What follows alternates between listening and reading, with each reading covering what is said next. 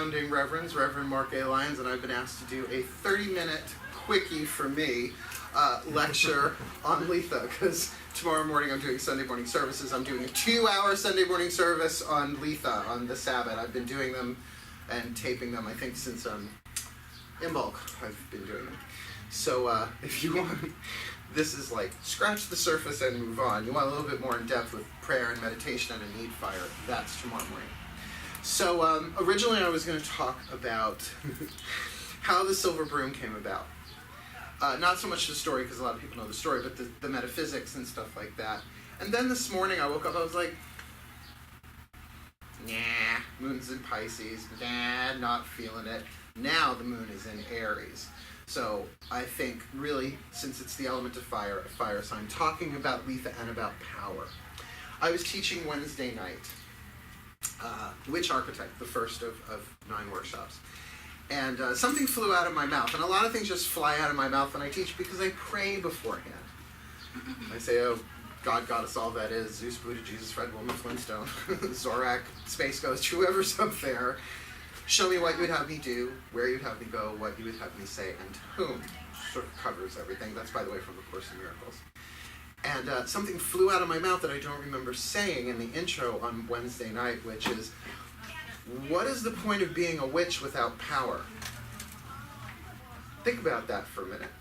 What is the point of studying candles and crystals and herbs, which you can study forever, and tarot and astrology and spell work and prayer and meditation? You know, I'm an eclectic, so I will study, Zen Buddhism and just whatever, so to empower myself, so that the system is empowered with soul and spiritual power, which, by the way, makes the spells work faster and work better. You have more clarity of mind. In other words, you don't so have one foot on the gas of what you want and one foot on the brake because you don't really believe you can have it. You see how that could be disempowering. It could grind you down to a fine dust.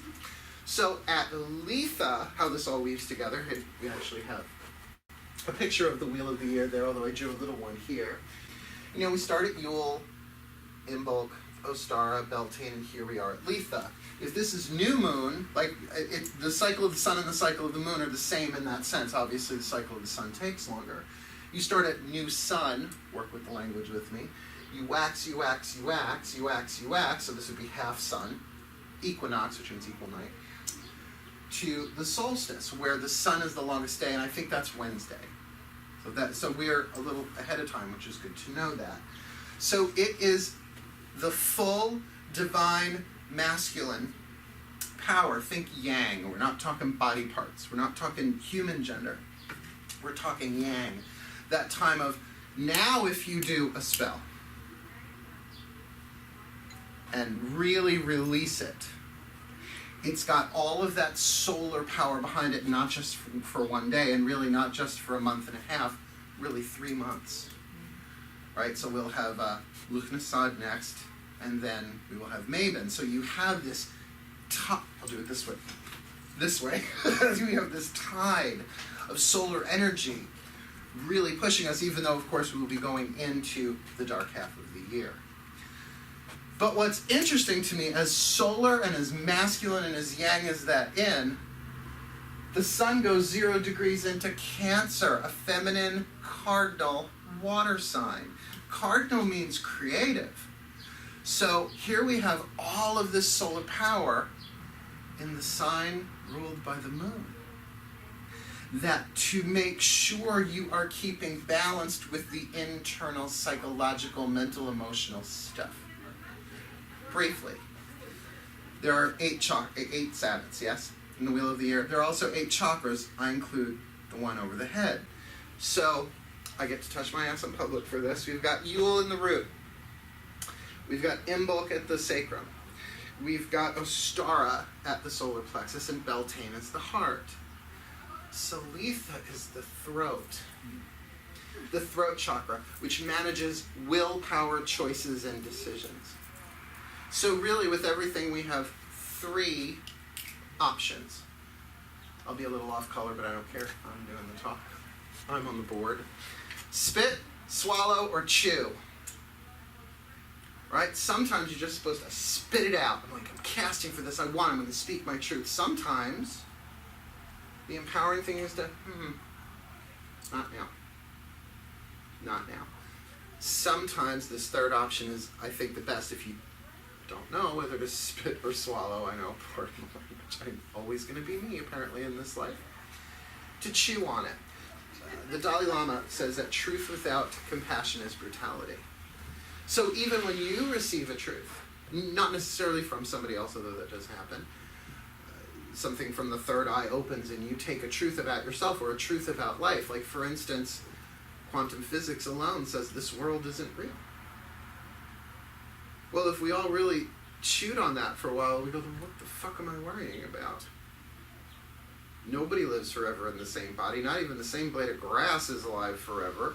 Everything in this world that rises falls. That's Zen. Everything that rises falls. So how about I just enjoy and endure the journey and learn as much as I can? And as witches, that's what we're supposed to do. We're supposed to garner wisdom through experience. Right? I can choose that. Interesting that the throat chakra is the mediator between the heart, which is the emotional, and the third eye, which is the mental, the masculine and the feminine, the solar and the lunar. So we have some opportunities to actually make perhaps a series of small choices, moment by moment, day by day, week by week, in this season that can change us for the rest of our lives. But are they empowering choices? Choices are fine, but what about decisions? Decisions are like choices on steroids. A decision is life-changing. I'm going back to college. I'm going to study this different spiritual path. I'm deciding, rather than, I'll have a latte or a cappuccino. That's a choice. It's the same shit. It's the same stuff in it. Go for the latte. Go for the latte. I've been drinking the same Starbucks drink for years and years now. But the decision to say that's it. Oh, here's a big one. No more dairy in my life. That's not a choice. That will change your life. It will certainly change your digestive system. So every day, I know we are presented one life-changing decision, but it's not so much always on the outside, and that's why I think that the sun is going in Cancer. It's important to know this.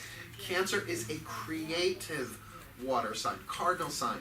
That if you think, the 4 directions of this room are the 4 elements. We've got air, fire, water, earth, east, south, west, north.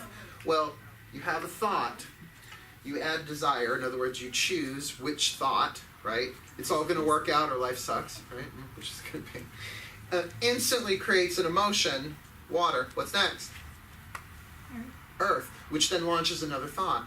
Oh, but that really sucked. Well, maybe it can be better. I want it to be better. Oh, that feels better. And around and around and around. But it's not really a circle. It's a spiral because you keep evolving, keep evolving, keep evolving.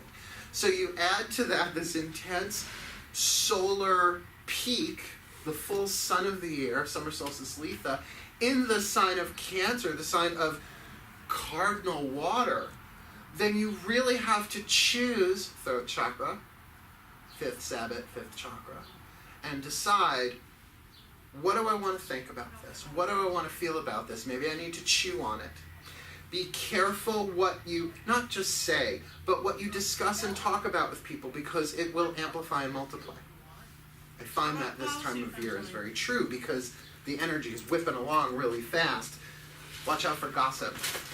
Watch out for negative conversations. Wound contests. Oh, you had a bad week. Well. You had the Titanic, I had the Hindenburg. Yours was by water, mine was by fire. Oh yeah, my arthritis, it scares the children. I mean, we hear those conversations around here, and I'm like, I will be outside smoking a cigarette until this passes, right? Because throat chakra. Let me choose something that's less toxic than this conversation. All right? So this brings me to the second part of what I want to talk about today. It is Litha, love, power, and wisdom. It is said within the soul there is a trifold flame of the heart. And yes, it looks like a little triskele. Well, the triskele, I think, has the circle around it. Whatever. The threefold flame of the heart. They say one is red, one is yellow, one is blue. Love, wisdom, and power. That in each lifetime, we develop these 3 powers of the spirit. A little bit each lifetime, a little bit each lifetime, a little bit each lifetime. But you might have noticed that the time we're in now on planet Earth is a little tricky. So balancing that even on a day-to-day, to be aware that these three powers, well, don't we look for love on the outside? How's that going? Looking for love in all the wrong places, anybody? Right? We look for wisdom, but whenever somebody shares their wisdom, it has to be delivered as knowledge, because knowledge plus experience equals wisdom. So you can listen to the Dalai Lama, and you can listen to the great sages, and you can listen to the great elders of any tradition. They're going to share their wisdom, but you have to absorb it as knowledge, and then like a sandwich, like a sun chip. Oh, I had some smart food today, popcorn. I haven't had that since college. You take it in, you digest it. You poop out what doesn't work, and you integrate what does, right? And power, we're always looking for power outside of ourselves. Let the Muggles do that. You can hold an external power for a while, but all that rises falls. The power of the spirit, which is constant, and the power of the soul, which is eternal, is not something you can lose, but is something you have to develop and then express into the world. That's why we all know powerful people. We have this thing in our coven, and even in the community, at the congregation, where we attract a lot of people, women in particular, who walk in the door, and there's one particular Reverend of the Silver Broom that I think, if you know her, you know who I'm talking about. When we first met her, she was like, "Hi. Can we get you anything?" No. Like the little Hello Kitty mouth. No. Now she's a force to contend with, right? And that was, of course, because external things were challenges. But she made the decision to empower herself from the inside, and now gives in service. She's become a healer and a therapist as a result of that, helping other people. In other words, she wouldn't let her past and her wounds identify her anymore. She used them like fuel on the fire. So here's the funny thing about this. I want you to think of people as I go through these descriptions of what the combination of these three look like. So someone who's all loving but not wise or powerful. Ever been stalked? Right? Love monsters. All right? Someone who's all wise but not loving or powerful. Dry as sandpaper. Someone who's really powerful but not loving or wise. Berserkers, barbarians. I want to say thugs, but now that has so many different connotations to it. But to think of that, someone who's just all power, but no guidance system and no sense of compassion. So can you all think of people who fit those three? Let's play with different combos. How about, these are the ones that crack me up the most. Someone who's love and wise but not powerful. Did I ever tell you I did my time in the New Age? In the 80s and 90s? Oh yes, well, you know, my heart chakra is really open.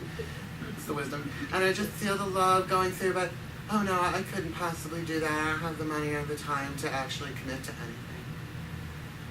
Like spiritual doormat. By the millions out there. No, I'm just walking my path. It's meant to happen. It'll come. It's a little receptive, a little too receptive, out of balance. How about someone who's, oh, this is the fucking dangerous one, wise and powerful with no love? Well, we figured out how to split the atom. Oh, why create new forms of energy? Let's just destroy our enemies. Why help people? Fuck them. Right? And how about powerful and loving without the wisdom? I love you. You complete me. We can do it. Where are you going? Why won't you love me? Call your therapist. Okay? So you can see it takes all three. It's like we've got the tripods on the camera. It's the most stable, even a four-legged stool. Oh, here's one. Even a four-legged stool, back, Simba, back, will wobble. A tripod won't. It is the perfect distribution of weight. So that is the spiritual foundation. And, you know, love, wisdom, and power, it's not like they're just in one or two chakras. They run through the whole spectrum. So for the witch at Litha to say, all right, the challenge, at least for today, is to make decisions that are wise, loving, and powerful. Now, the good news about that is that's not purely an intellectual process. That is a process of checking in with your gut. How does this feel here?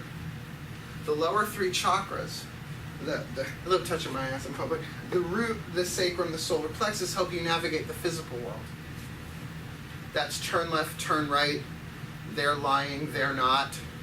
Walk down that alley, do not walk down that alley. Get me the fuck out of here. Oh, this feels good, fight or flight, all of that stuff. The heart, third eye, and crown are the interior world, the emotional, mental, the psychological world. You have guidance and intuition. When I choose to think that thought, it feels. Okay, that's not working. Spit that one out. I'm going to choose to think that thought. Oh, that feels so much better. I'm going to choose to think that thought. That feels okay, but I need to chew on it a little bit more. That's going to give you the alchemical process of transforming your internal world.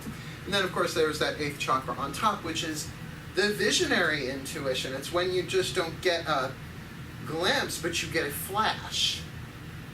It's very Phoebe Halliwell. Now, they don't come constantly, and nor should they. It's hard to get that driving on the LIE in traffic, right? You need the lower three engaged.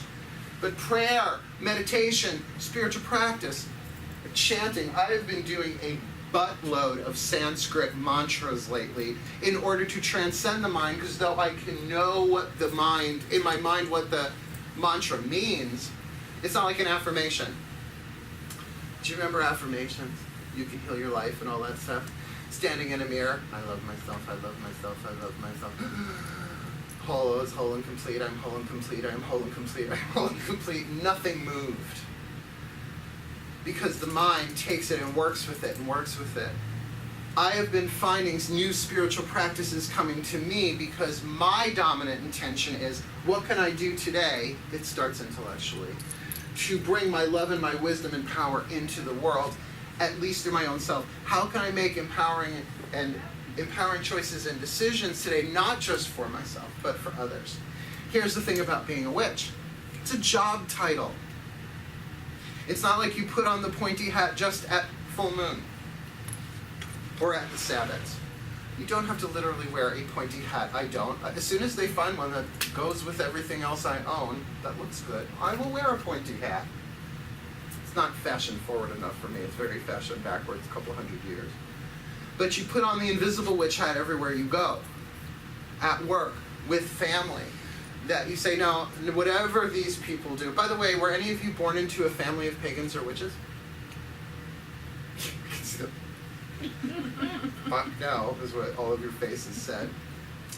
Do you know they're not supposed to understand and accept? They're not supposed to. They're not supposed to. Then it would be a tribal thing. Incarnated into families and situations. Well, eventually yours worked out that way. So that you would find your own way through. Empower yourself that way instead of constantly checking back. Is it okay? Is it okay that I'm praying to a different God than you? No, honestly, all gods are one God, all goddesses, one goddess, source is source. That's a spiritual truth. But how much of the rest of that conversation is political? Are you tired of having those political conversations? What are wars based on, really, anyway? Particularly holy wars. The name of God, right? Now, it doesn't mean you can't support one side or the other if one's being really violent and toxic and the other one's shooting for peace. I get that. But you do not need to have that going on in your life, at least not for the next month and a half to 3 months. You could say, all right, what is... Oh, here's your lesson, should you choose to accept it. Good morning, Mr. Phelps. You have to be of a certain age to know what the hell that is. Just don't self-destruct. In 30 seconds, this pen board will destruct. Here is a loving, wise, powerful choice. Decision. Forgive them. Don't tell them. That starts arguments. Oh, you're so toxic, I forgive you. I said it to my brother many years at Christmas. I thought it was going to be a beautiful moment. He's like, what the fuck for, douchebag? Lesson learned, lesson absorbed, lesson integrated. Never tell people you forgive them. First of all, unless you're really working on it. And second of all, doesn't matter. The benefit of forgiveness goes to the forgiver. Now I'm going to paraphrase little Jesus here. probably more direct, although I don't speak the original Aramaic. The dog agrees. Forgive them, they know not what they do. Now, it's very easy to do that from a very toxic place. Well, forgive them, they don't know what they do. That's not forgiveness. That's arrogance. That's actually hubris, a deadly sin.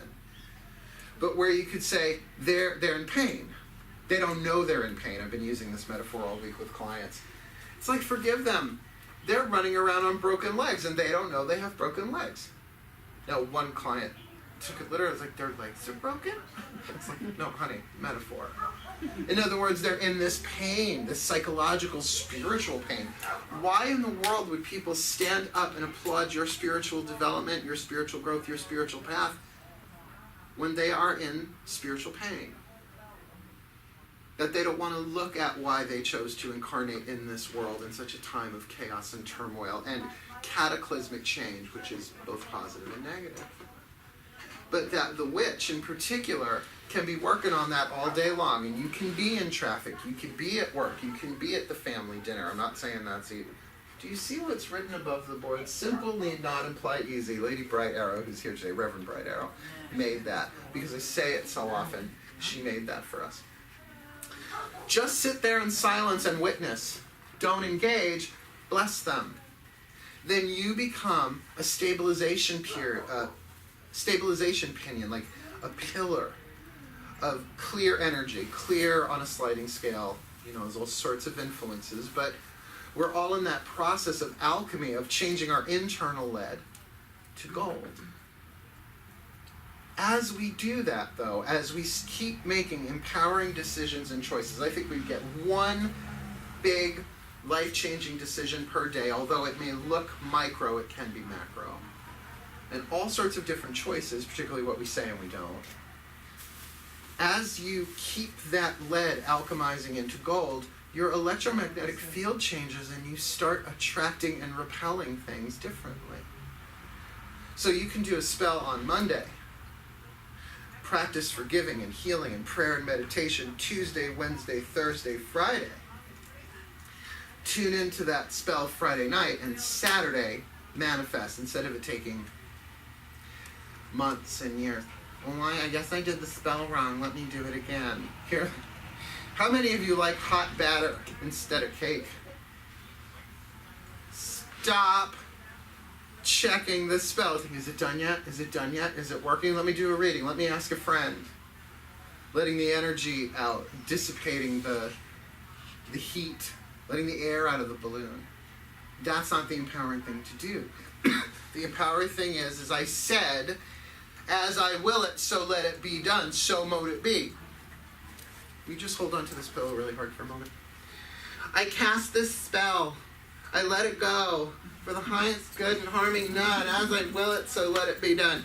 That is not, thank you. That is not what you release returns to you. That is what you choke the fuck out of. Never leaves. That's why it's called spell casting. I'm not going to throw this pillow. It might hit Lady Bridget and her dog. So, I don't know if I've hit my 30-minute mark yet. The clock's not in here. I don't know. I did start at 2 o'clock. But I would like to take some questions. Does anybody have 5 minutes. Oh, wow. I see. Zips by like that. Does anybody have any questions, particularly about Litha? Yeah. Yes. How does Litha associate with Stonehenge and the summer solstice? That stuff, there are so many different interpretations of what Stonehenge is. Like, every time they do, like, another excavation, there's a whole other oh, this is where they kept slaves. And then 10 years later, oh, no, this was a market. Oh, this is a calendar of the solstices and the equinoxes. It's astrological. It's astronomical. Oh, well, I had one teacher say that how they got the rocks there is that they milled the rocks it's hundreds of miles away, and they sang to them so that they levitated, and then they pushed them there. I'm just like, oh, that's so Ancient Aliens. That was Ancient Aliens before the show Ancient Aliens. Oh, it was the New Age, right? Like that woman didn't have a pyramid strapped to her head. You're always going to find a different interpretation, because here's what I say. They didn't have YouTube at the time. So we really don't know ultimately, but I think that there is a desire within humanity, regardless of the era, to try and make sense of nature, to try and time things. It was essentially, in my opinion, our first kind of clock. But you had to fucking walk a long way to find out what time it was. Or you imagine walking around with a little Stonehenge on your, well, where's east? So, did they have ceremonies there? Who knows? Did they have sacrifices there? Who knows? You know, we could all pass life regress, but even still, that is so personal. So ultimately, we don't know, and this is something that we teach 13 Principles of Belief, which class cycle 1. We say, you know, we're totally open to the debates of different terms and histories, where it comes from, but what's important is, are we free to practice now, or are they going to start burning people at the stake?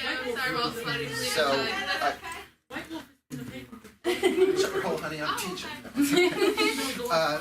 So I can't really give you a definitive on that one. But I do know that symbolically, as well as literally for me, it is the day of brightest light. So it's a good time for me to see things. What happens when something gets thrown out into the sunlight? Like, what does that mean? Bring it out into the light of day. That you bring it out into clarity, you see it in its entirety. But now, put that in context if you want. We're on camera. Oh, yeah. But now think of that in terms of your fears, in terms of your psychological resistance while you're casting and casting and casting and casting, and there's this little child inside saying, no, don't want to leave home, don't want to see the world, I don't even want to go to work, forget about a new work, you know, to bring that stuff up and out into the light of day. At least that's what I do. And I don't look my age as a result, so I'm thinking it works for me. We got probably time for one more question. Anybody got one? If not, I will end with a little prayer blessing thingy. Oh, I'd like a prayer. Prayer blessing thingy? Okay, so take a moment. Prayer positions, you know, whatever works for you. Strike a prayer pose. Strike a prayer pose. Just take a few deep breaths. Just gently ground and sit.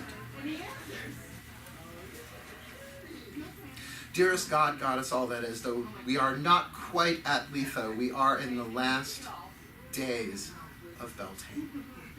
We ask that your light from within us flows a bit freer today, so that we can be so prepared for whatever you would have us do on the actual day of Litha, whether we're at work, whether we're at home, no matter where we are in time and space on the actual day, that you help us ring the bell, hit that button, to begin a new season as we end an old one, and move into summer with a brightness that will develop and grow, with a clarity that will expand and become clearer, with a development of love, power, and wisdom that will be at first revealed to us, then growing stronger with each passing day, and then radiating out into the world, certainly through what we say, certainly through what we do, but more importantly, just through our pure being. No matter what we think, no matter what we choose, no matter what we feel, and no matter where we are, that we become aware, no longer hidden children of the gods. Thank you so much. Thank you so very much. Blessed Litha, 30 minutes. Woo. Have a good day.